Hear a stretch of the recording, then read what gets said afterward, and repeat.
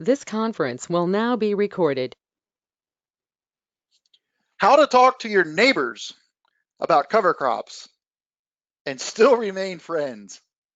That last part there may be important for some of you, maybe not for others, but when you live in a community, I think we all want to be friends with those around us. And the topic of cover crops sometimes can be somewhat contentious. Maybe not so much anymore because they have certainly found their way to be a part of even, I could say, mainstream agriculture. At least they're working their way into mainstream agriculture, so it's no longer just the crazy guys who are doing it. But this topic, I think, is very important because we all know that cover cropping is not something that is easy. It's not something that you could just do with very little forethought. So when your neighbor does talk to you, or when you're talking to your neighbors, and when a topic comes up, what do you say? What are what are some things that are helpful?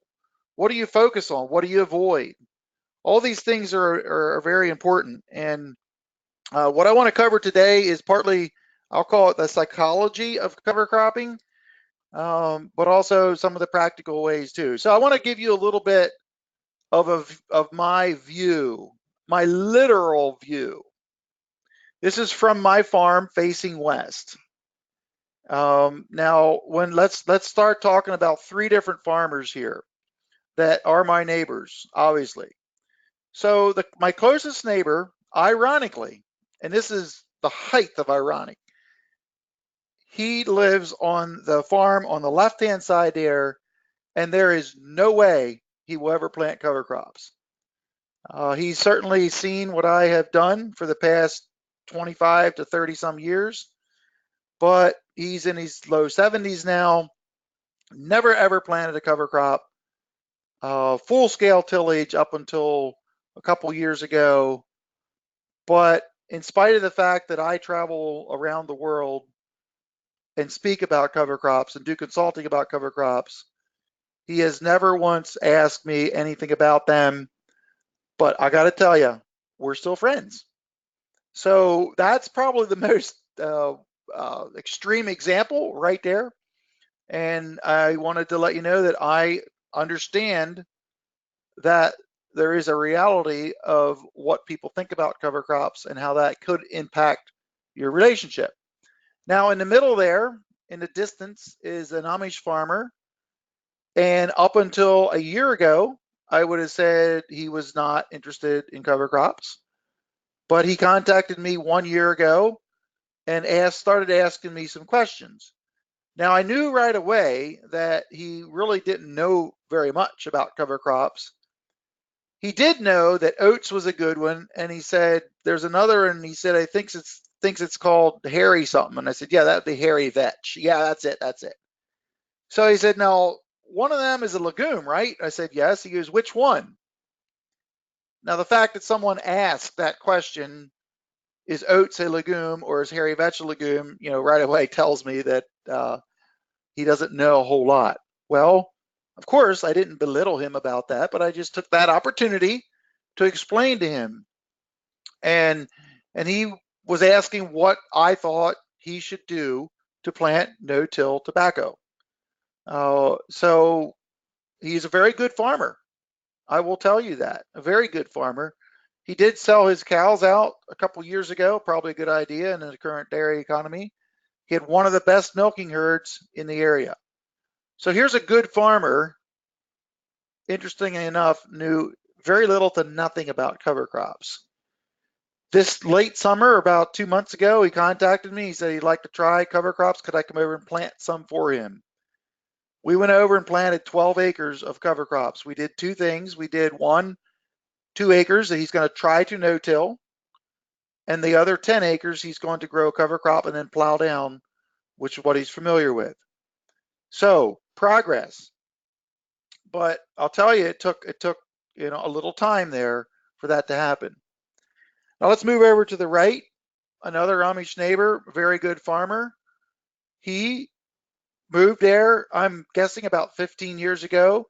His brother had been in the community about 2 to 3 years sooner, and he lives directly to the right off the picture.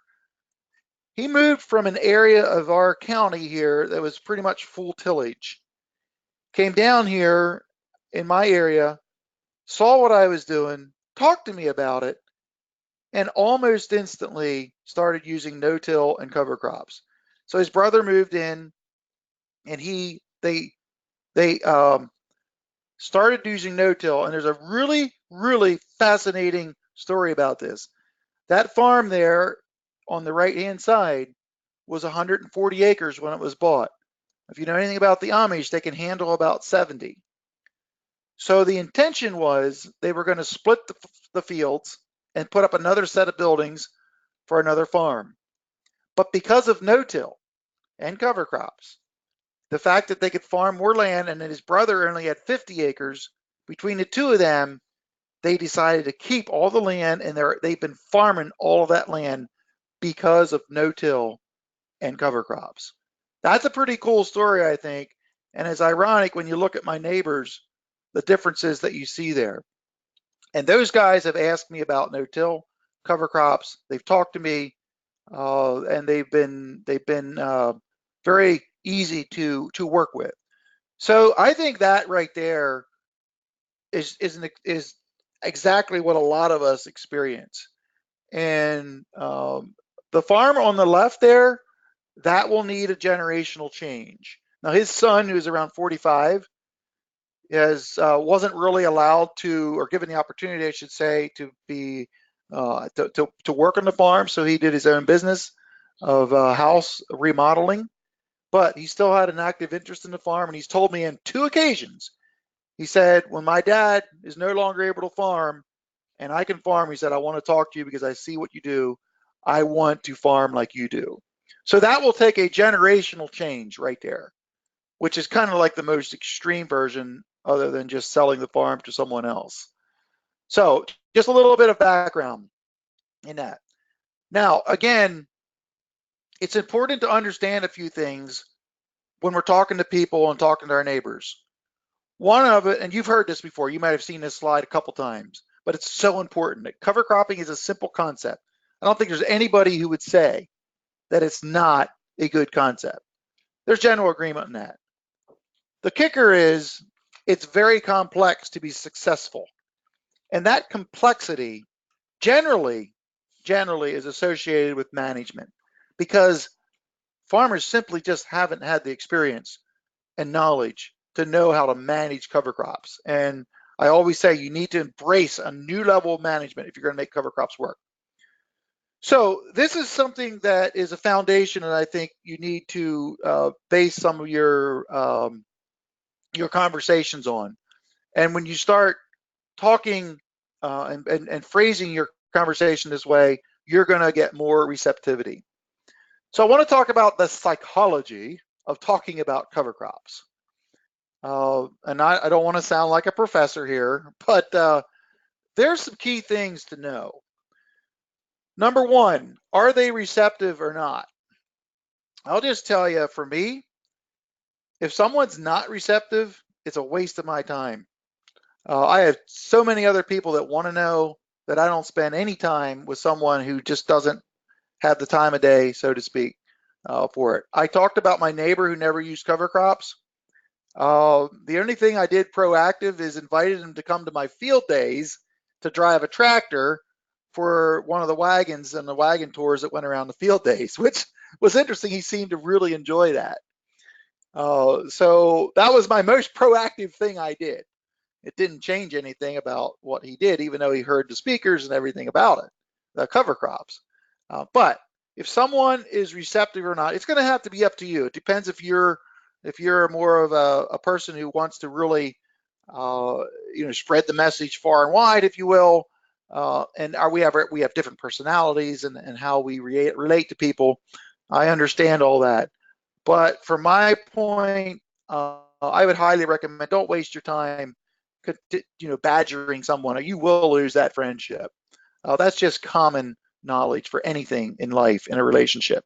So if they are receptive, then I always like to gauge that and you want to be yourself in this, and don't put on this some sort of professor or researcher type aura about the way you talk, but you just want to be yourself. Sometimes people forget that they kind of get into this little rant, if you will. Don't do that.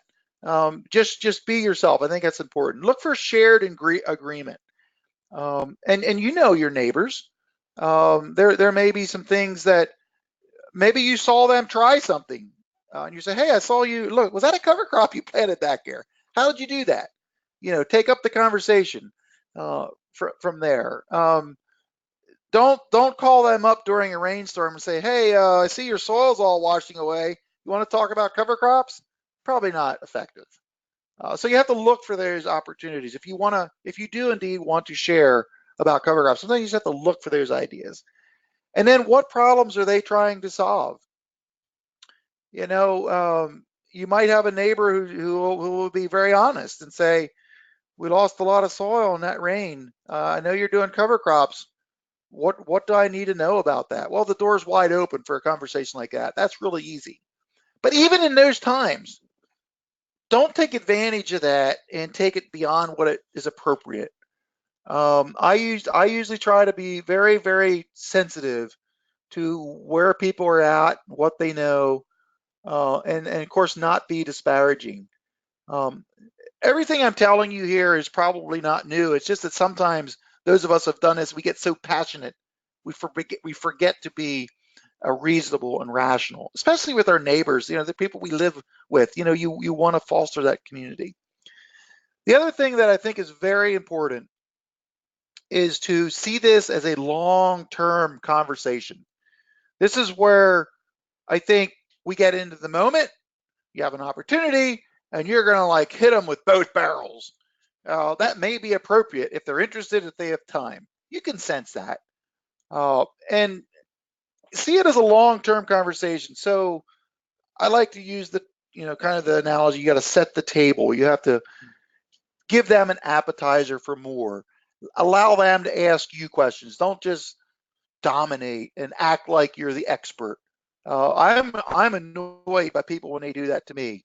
I mean, I've had people come to me, um, and just with other products or something, and they're just like, "It's the best thing that ever happened to them, and I have to try this." And I'm like, "Yeah, it's good," but I'm thinking in my mind, "Yeah, that's a good thing, but I'm not interested right now. I got too many other things, on my plate and so forth." So you got to be sensitive to that, but see it as a long-term conversation, since it's your neighbor, and there'll be other times to talk. And then I've already, when the door is open, I thought of something later on. And then when I saw them, I said, "Hey, we were talking about this. Hey, I just heard you might want to try this technique or something like that to keep the conversation going." So you got to look for those opportunities, in that. So the next aspect I want to cover is that was kind of like a psychology, but how to effectively talk about cover crops. And I've been alluding to that, but I'll just tell you, you already know this probably, but one of the biggest questions is, do they pay? Especially for new people getting in, that is the question to ask. That's the question I asked back in 1995. And that led me to where I am today. I no longer ask if they pay. Yes, I continue to analyze and count my costs and everything, but you need to have an answer for that. That's what I'm getting at here. When someone says, "But do they really pay?" Cover crops are great, but do they really pay? And there's a couple different ways you can go. One analogy that I have felt that has worked well is, you kind of lead up to a few questions, but just to say that, well, it is difficult to, first of all, acknowledge that that seeing if cover crops pay or not, or experiencing, is difficult. Acknowledge that. Don't just say, "Oh yeah, they pay. I know they pay." Don't just say that. Say, "Yes, that is a challenge that we are all looking for, but with the momentum that cover crops is doing now in the world, there must be something there."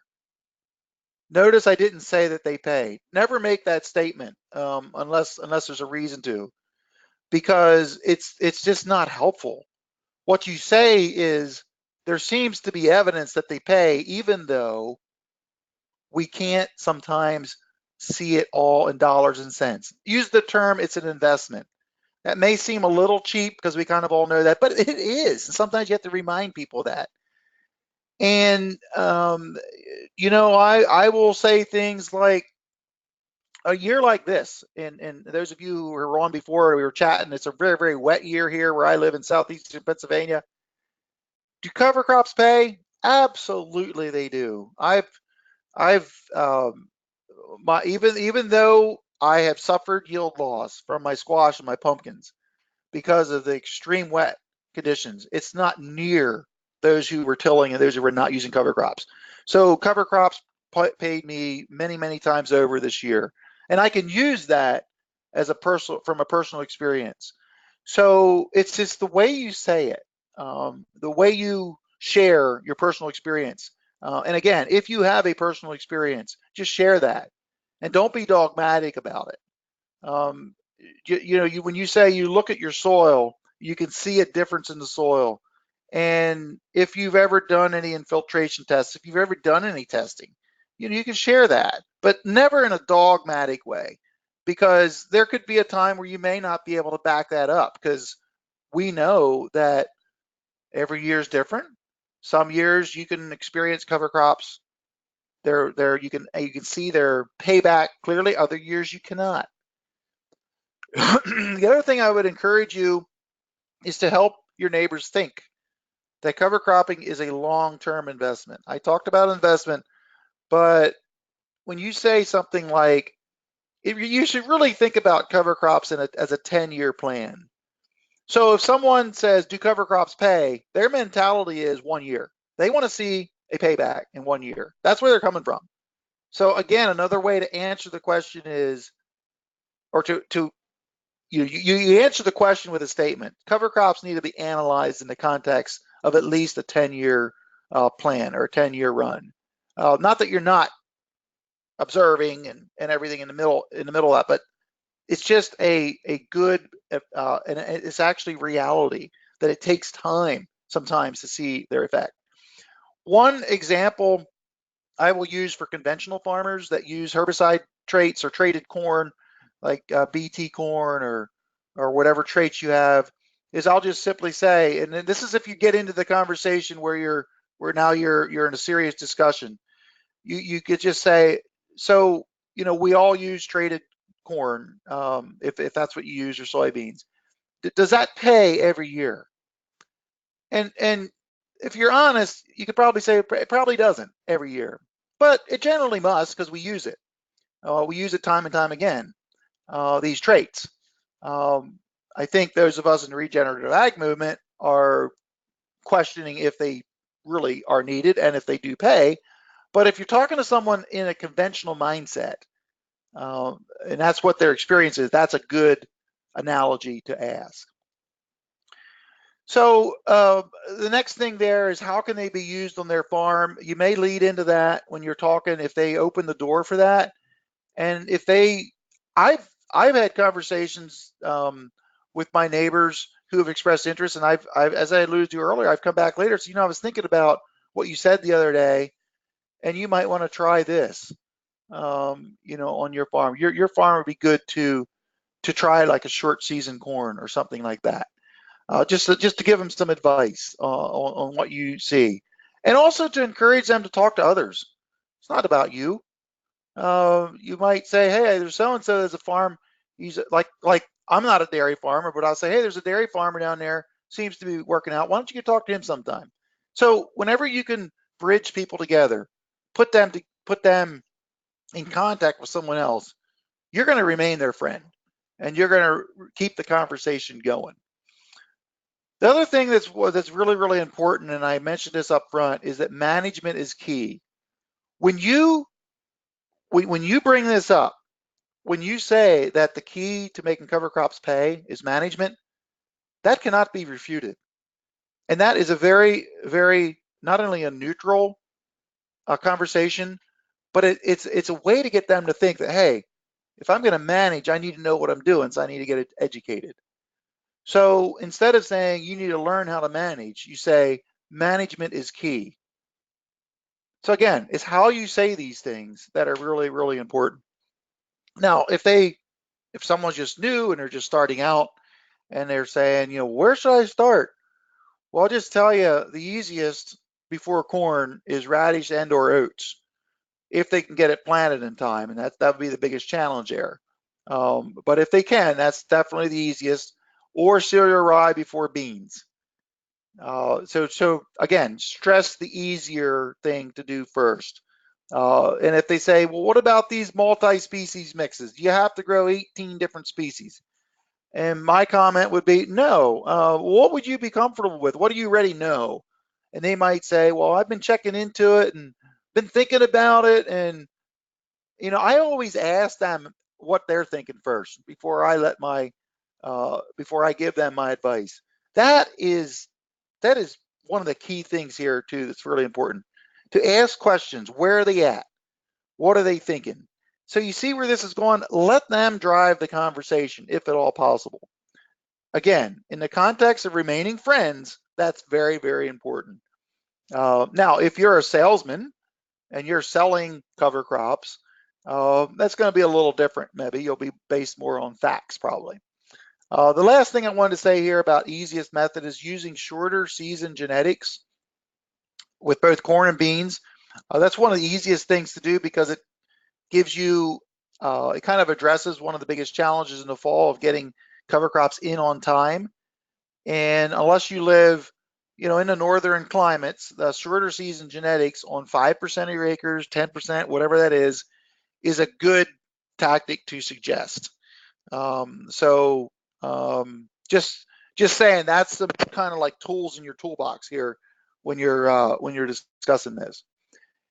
And I have to put in here to treat your cover crops like your cash crops. There's you familiar with my speaking. I always have this slide in, and this is something you say toward the end of the conversation. It's irrefutable. And what I like to say is just think of your cover crops like your cash crops. If you treat them that way, you stand a good chance of success. That's the words I use. Um, Treat your cover crops like your cash crops. If you do that, you stand the best chance of success. And that kind of puts it back on them. It's something that's irrefutable, but it's not argumentative.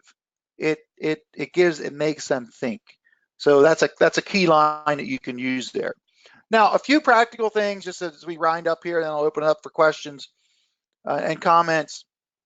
Again, I listed several things about ease of cover crops, but here's something that I found kind of gets their attention. And again, if you know your neighbor and you said, you got that 24-row planter, you can plant cover crops for that. There's seed discs out there that you can use, and you can actually cut your seeding rates down because you're doing such a good job putting the seed in the ground, and you guys get plates to singulate seeds like radishes and peas. And now you can even get plates that can plant mixes. So this is for those larger farmers who may not have a drill or have not had success with aerial seeding or something like that. This is just a practical thing to ask. And this really gets their attention because that machine's only used probably 10 days out of the year. And if they can bring that out and use it, I've known of numerous farmers who this is really kind of what tipped them into doing getting into cover cropping. The other thing that's coming to head now is weed control with cover crops. That's another issue, especially the herbicide-resistant weeds that are everywhere almost. If they're not in your area, they will be probably. This is something where cover crops, especially cereal rye before beans, is very effective.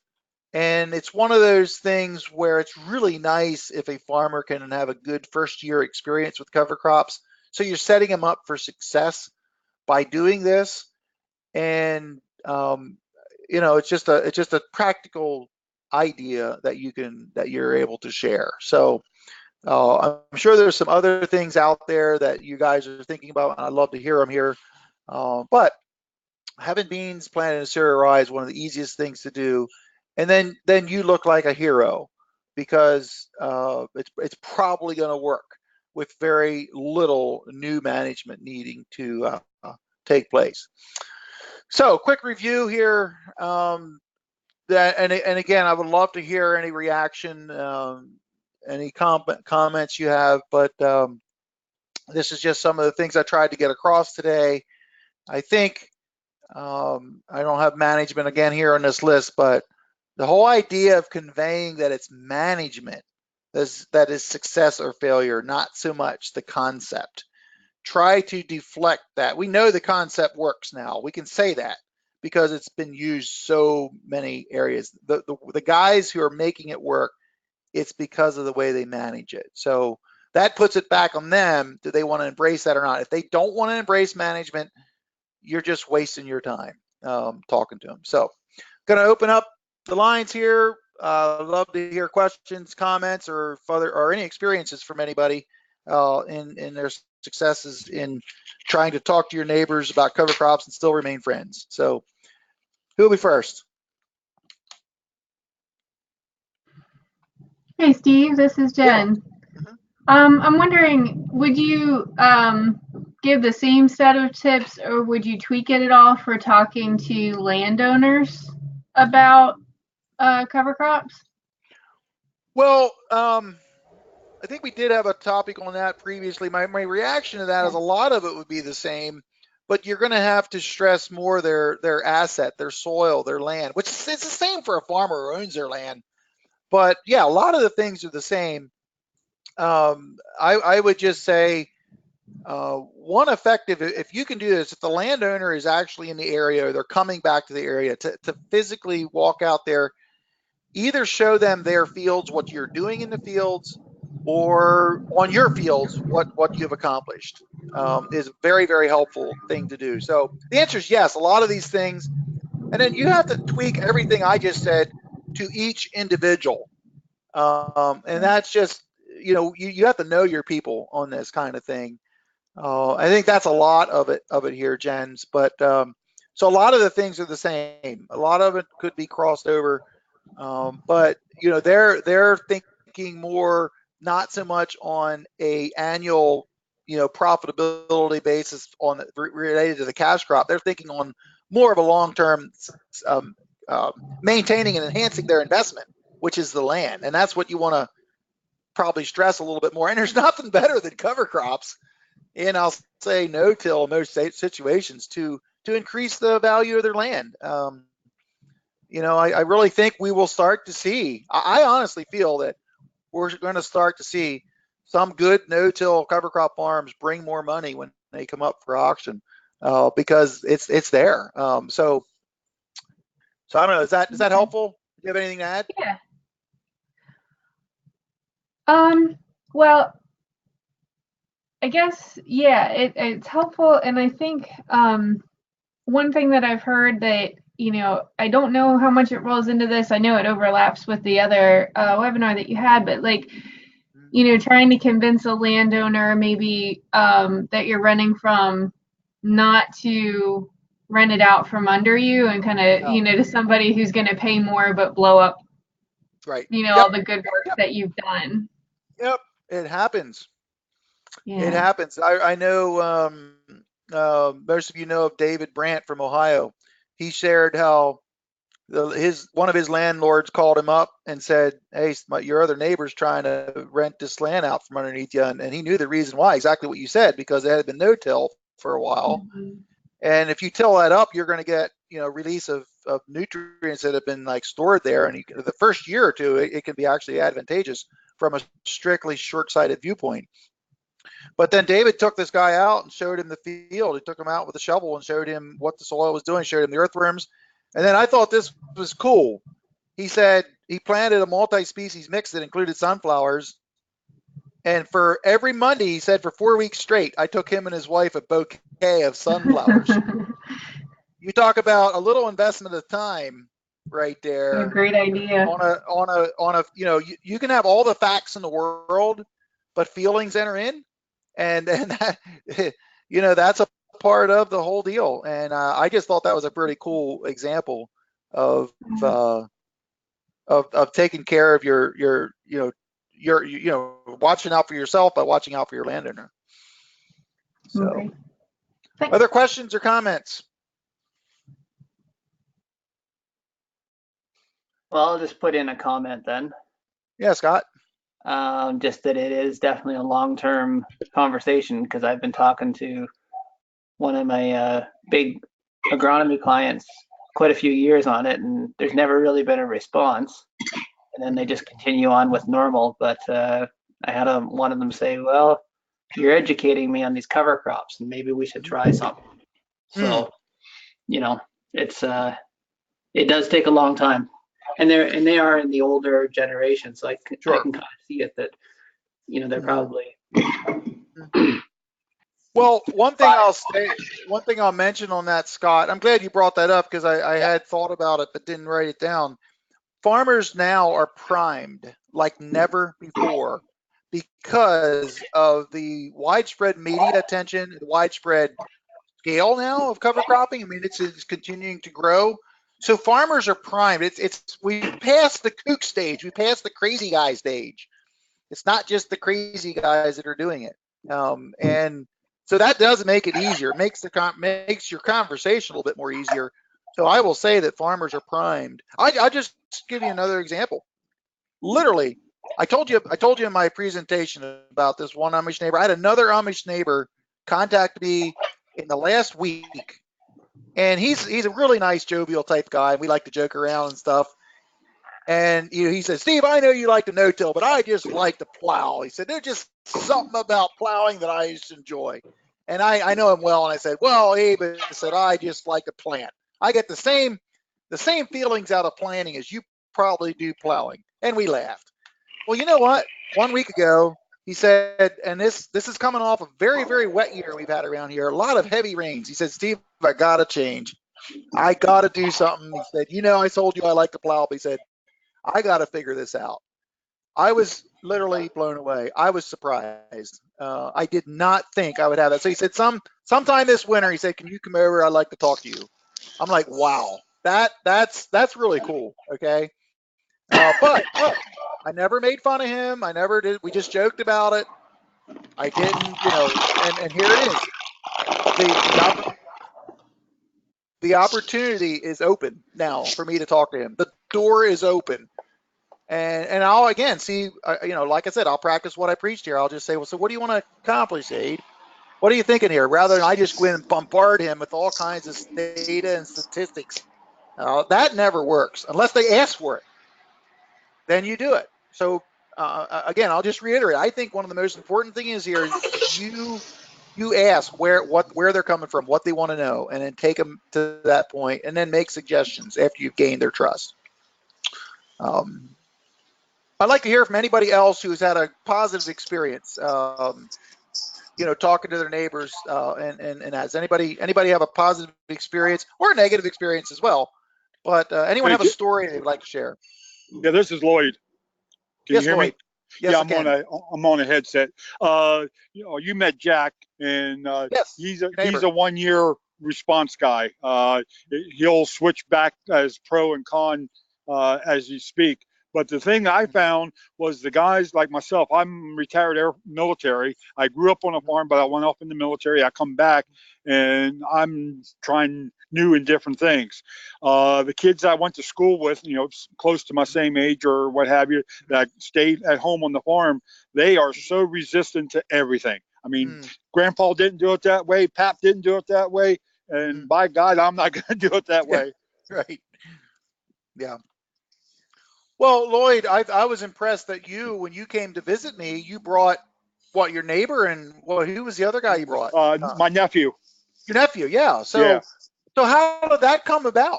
Why did they come along with you?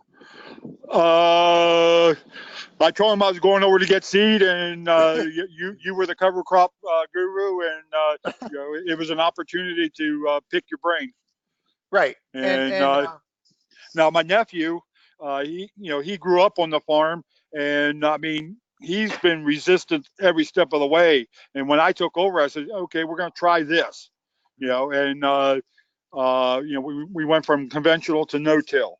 Well, that was some of the best crops we ever had. Well, prior to that, you're crazy. You shouldn't be doing this. And then we started planting mono cover crops, and then it was kind of, well, we got around to it, but if we didn't, we did. It was no big deal. Well, then we did that cocktail one year, and we had almost 100 bushel difference in corn yield in that one strip, and now he's a believer.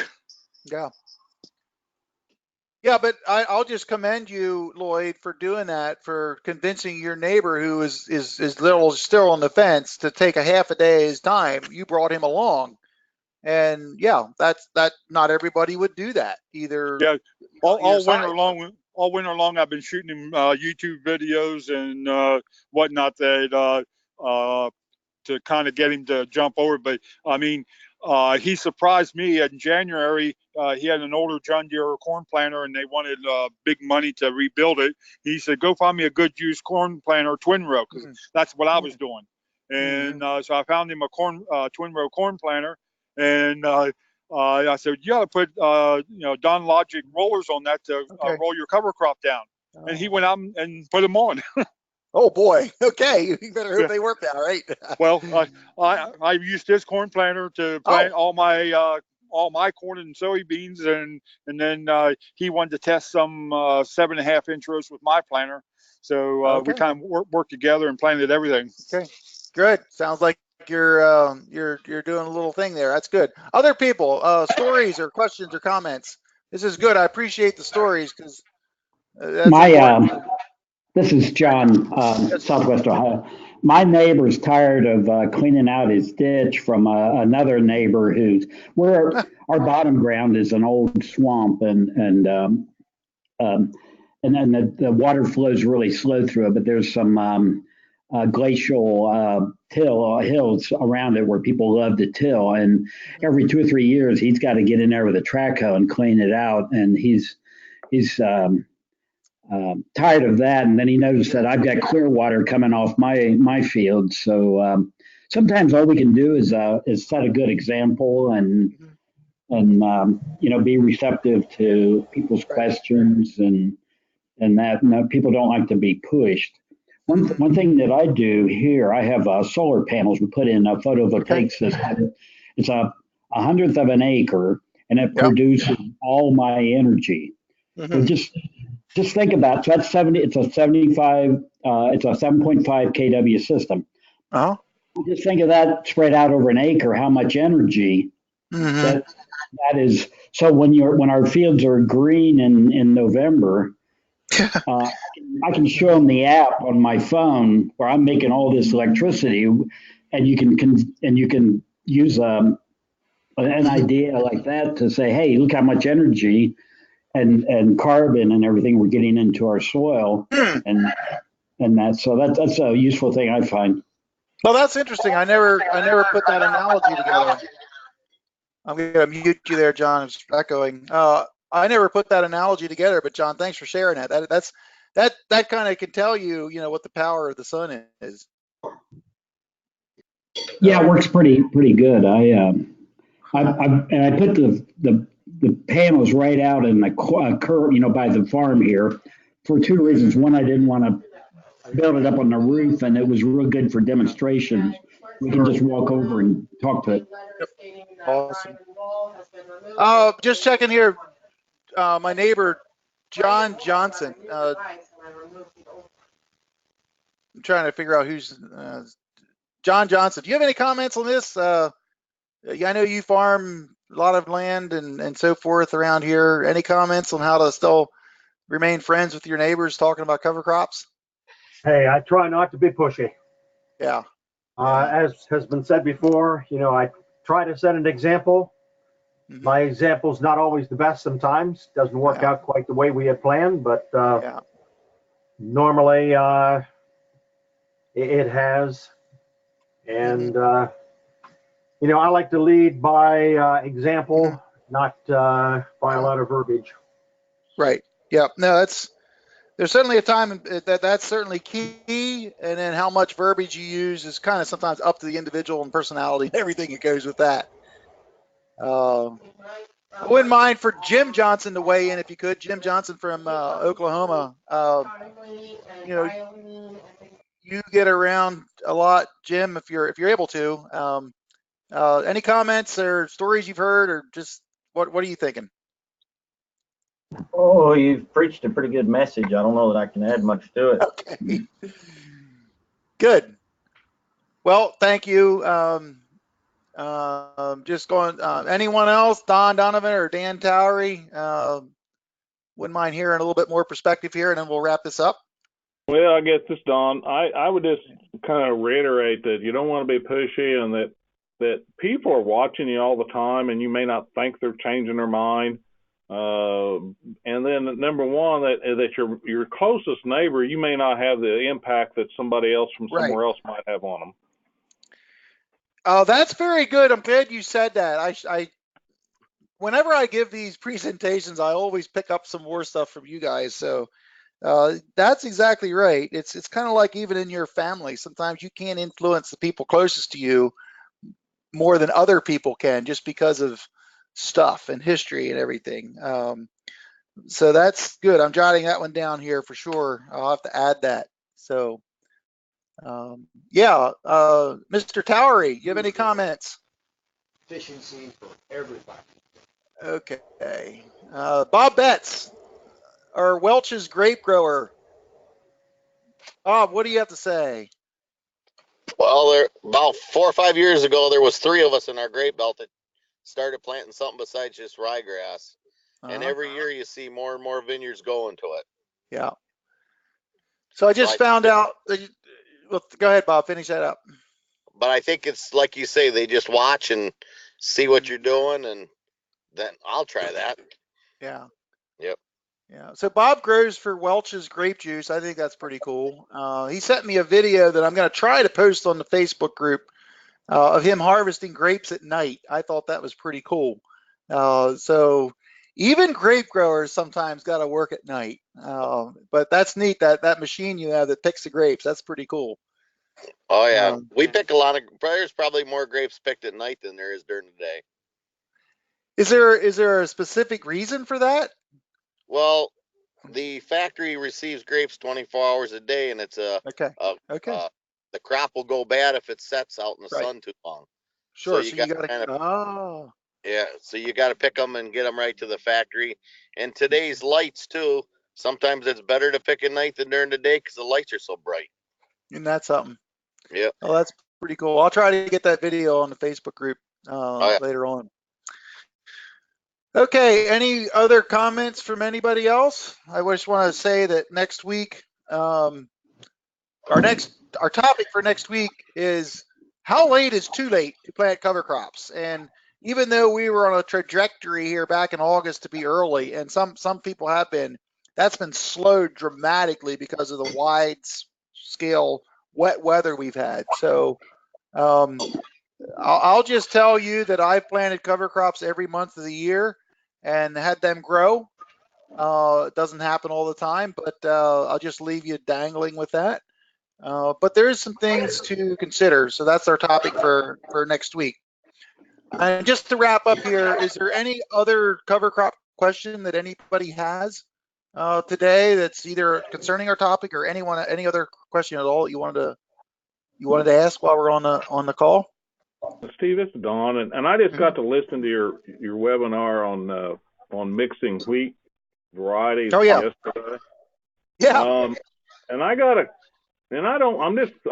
me to thinking, is there a possibility that if you mix the varieties that a plant closely associated with a variety of a plant with another variety, that they could cross their traits between them?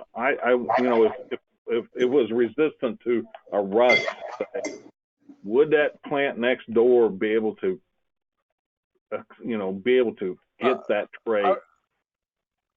I don't know the answer to that, Don. I'm not a plant breeder. Anybody on here have an answer to that? Go ahead, Jim. I guess it's possible, but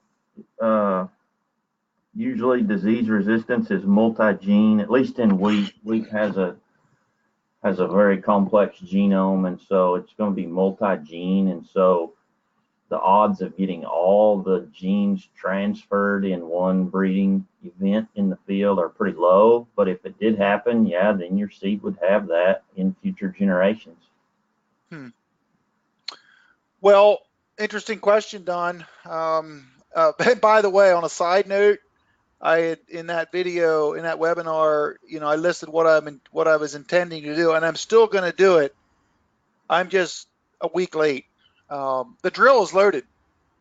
My drill's been loaded, ready to go, but I couldn't plant. It's been too wet. I think we'll have to wait another day or at least another day yet before we can get it in the ground. So I had intended to plant it last week. Now I'm actually, I guess you'd say, some of the legumes that are in there, depending on our fall, I'm not sure if it's going to be worth it or not, but I'm going to do it. The drill's loaded. So didn't get it out like I thought, but welcome to 2018 in our world here. It's just the way it has been. So any other questions anybody have or comments about any cover crop question there is?